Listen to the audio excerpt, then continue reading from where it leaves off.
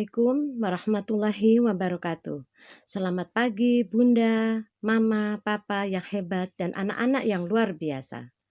Bagaimana kabarnya pagi ini? Mudah-mudahan kita selalu dalam keadaan sehat dan dalam lindungan Allah Subhanahu wa taala. Amin. Bunda, Papa dan Mama, pagi ini bertemu kembali dengan Bunda Yayu yang pagi ini akan membawakan materi parenting tentang tumbuh kembang serta DDTK pada anak usia dini.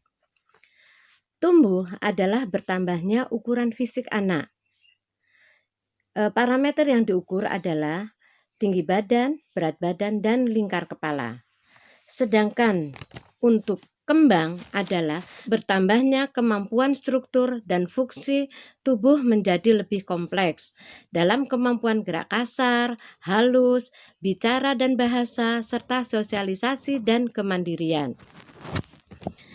Aspek-aspek perkembangan yang harus dipantau adalah yang pertama yaitu gerak kasar atau motorik kasar, yaitu aspek yang berhubungan dengan kemampuan anak melakukan pergerakan yang melibatkan tubuh tertentu yang dilakukan oleh otot kasar atau otot besar, seperti duduk, berdiri, berlari, melompat, dan sebagainya. Yang kedua adalah motorik halus, yaitu aspek yang berhubungan dengan kemampuan anak melakukan pergerakan yang melibatkan tubuh tertentu yang dilakukan oleh otot kecil seperti menulis, menggunting, mewarnai, menjimpit, dan sebagainya. Yang ketiga adalah kemampuan bicara dan bahasa. Kemampuan yang memberikan respon terhadap suara, berbicara, komunikasi, atau mengikuti perintah, dan sebagainya. Sedangkan yang keempat adalah sosialisasi dan kemandirian, yaitu kemampuan mandiri anak, misalkan memakai sepatu sendiri, makan sendiri, atau membereskan mainan-mainannya sendiri. Untuk mengetahui perkembangan anak, maka kita harus melakukan DDTK, yaitu deteksi dini tumbuh kembang anak.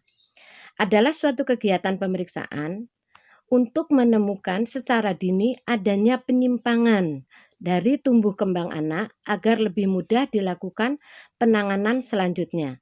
Yang tujuannya yaitu untuk mengetahui pertumbuhan anak baik itu mental, sikap, perbuatan yang merupakan tugas orang tua, pendidik, dan masyarakat untuk mengoptimalkan tumbuh kembang anak sesuai dengan kemampuan yang dibawa anak sejak lahir, sehingga anak menjadi cerdas dan sehat.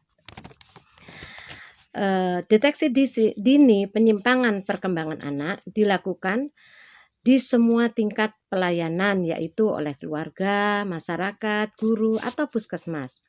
Adapun alat yang digunakan adalah buku KIA, yaitu seperti ini, ya. Ini untuk mencatat berat badan, tinggi badan, dan lingkar kepala, sehingga bisa mengetahui status gizi anak dan lingkar kepala dari anak, apakah itu sesuai dengan lingkar kepala normal, yaitu bisa dilihat di sini dari grafik ini. Apakah anak itu lingkar kepalanya normal, makrosepal atau mikrosepal. Kalau makrosepal itu adalah lingkar kepala anak di atas normal, sedangkan mikrosepal ada lingkar kepala anak di bawah normal. Jadi bisa dilihat di grafik ini. Kalau di tempat yang hijau ini lingkar kepalanya ini adalah normal. Ya, demikian untuk selanjutnya yaitu TDL, yaitu tes daya lihat, TDD, tes daya dengar, dan yang keempat adalah KPSP. KPSP ini adalah kuesioner pra-screening perkembangan yang digunakan untuk pemeriksaan perkembangan anak, yang tujuannya untuk mengetahui perkembangan anak normal atau ada penyimpangan. Adapun jadwal screening KPSP ini yaitu sejak anak usia 3 bulan. Untuk anak usia 3 bulan sampai 24 bulan dilakukan per 3 bulan sekali. Jadi 6 bulan, 3 bulan, 6 bulan, 9 bulan, dan seterusnya. Sedangkan untuk anak usia 24 bulan atau 2 tahun ke atas dilakukan screening ini 6 bulan sekali. Dari 24 bulan, 30 bulan, 36 bulan, dan seterusnya. Nah, sekarang saya akan memberikan contoh KPSP untuk anak usia 3 tahun atau 36 bulan. Alat atau instrumen yang digunakan adalah formulir KPSP sesuai dengan umur. Nah, setiap formulir itu ada 10 pertanyaan yang harus dijawab oleh orang tua. Dari 10 pertanyaan itu, kalau 9 atau 10 jawabannya adalah iya, maka perkembangan anak itu normal. Sedangkan kalau jawaban itu adalah 8 atau 7 iya, maka perkembangan anak ini masih meragukan. Sedangkan kalau jawaban iya itu 6 atau di bawahnya, maka perkembangan anak ini ada penyimpangan. Nah, sekarang saya akan memberikan dari contoh KPSP yang ada 10 pertanyaan. Mohon supaya papa, mama, dan bunda memperhatikan pertanyaan-pertanyaan ini apakah bisa dilakukan oleh putra-putrinya saat dia berusia 3 tahun. Ya. Yang pertama yaitu bila diberi pensil apakah anak bisa mencoret-coret kertas tanpa bantuan. Jadi anak bisa mencoret-coret kertas sendiri atau tidak. Iya atau tidak. Tolong Bunda ya, kalau tidak ya ditulis tidak ya Bunda ya. Yang kedua yaitu, dapatkah anak meletakkan 4 buah kubus satu persatu di atas kubus yang lain tanpa menjatuhkan kubus itu. Jadi kubus ukuran 2,5 atau 5 cm ditumpuk gini ya Bunda ya, 4 kubus. Bisa melakukannya atau tidak? Ya. Yang ketiga yaitu, dapatkah anak menggunakan 2 kata pada saat berbicara? Ini untuk bicara dan bahasa. Sedangkan yang pertama tadi itu yang memberikan pensil itu motorik halus, menyusun balok juga motorik halus ya Bu ya.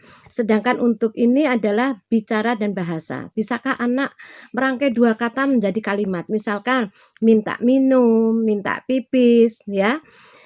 Dan mengucapkan terima kasih. Itu bisa atau tidak? Yang keempat adalah apakah anak dapat menyebutkan 2 gambar? Misalkan Bunda memberikan 4 atau 5 gambar dari binatang. Apakah anak bisa menyebutkan 2 gambar yang sesuai dengan gambarnya? Misalkan gambar gajah, apakah dia bisa menyebutkan gambar ini adalah gajah? Seperti itu ya. Dan yang kelima adalah dapatkah anak melempar bola lurus ke arah perut atau dada Anda pada jarak 1,5 meter. Jadi Bunda memberikan bola, lalu anak disuruh melemparkan bola itu secara lurus, bisa atau tidak? Ya.